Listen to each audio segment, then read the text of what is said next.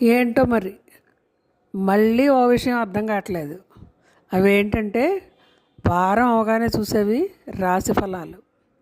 టీవీలో ఏం చెప్తారా, పేపర్లో ఏం రాస్తారా అని అందరూ ఎదురు చూస్తూ ఉంటారు.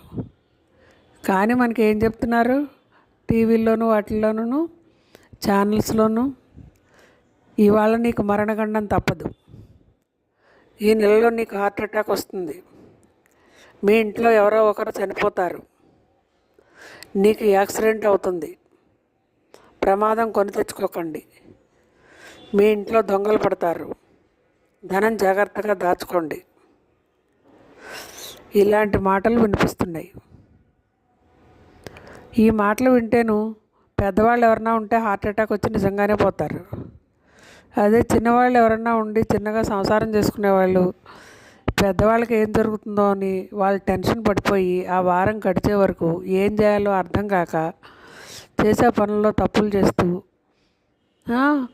చాలా టెన్షన్ తోటి ఒత్తిడితోటి జీవితాన్ని గడుపుతారు. మరి శాడిస్టులకు ఇదేం ఆనందమో నాకు అర్థం కాదు.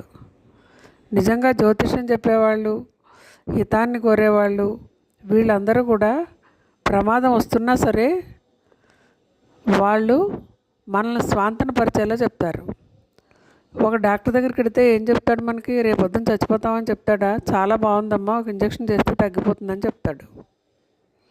అది సంస్కారం.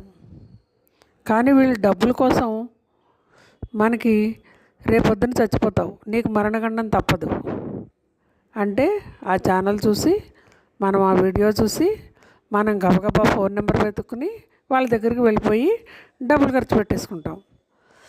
అది వాళ్ళకి జీవనోపాధి.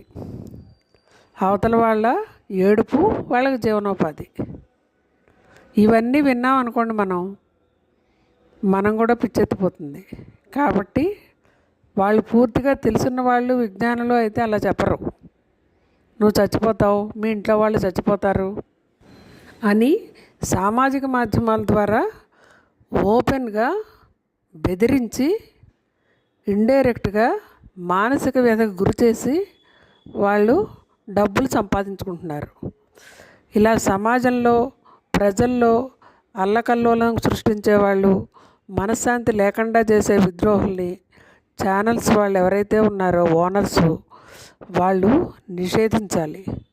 సంస్కారవంతమైన భాషని ఉపయోగించి సమాజానికి శాంతి చేకూర్చేవాడే నిజమైన మానవుడు.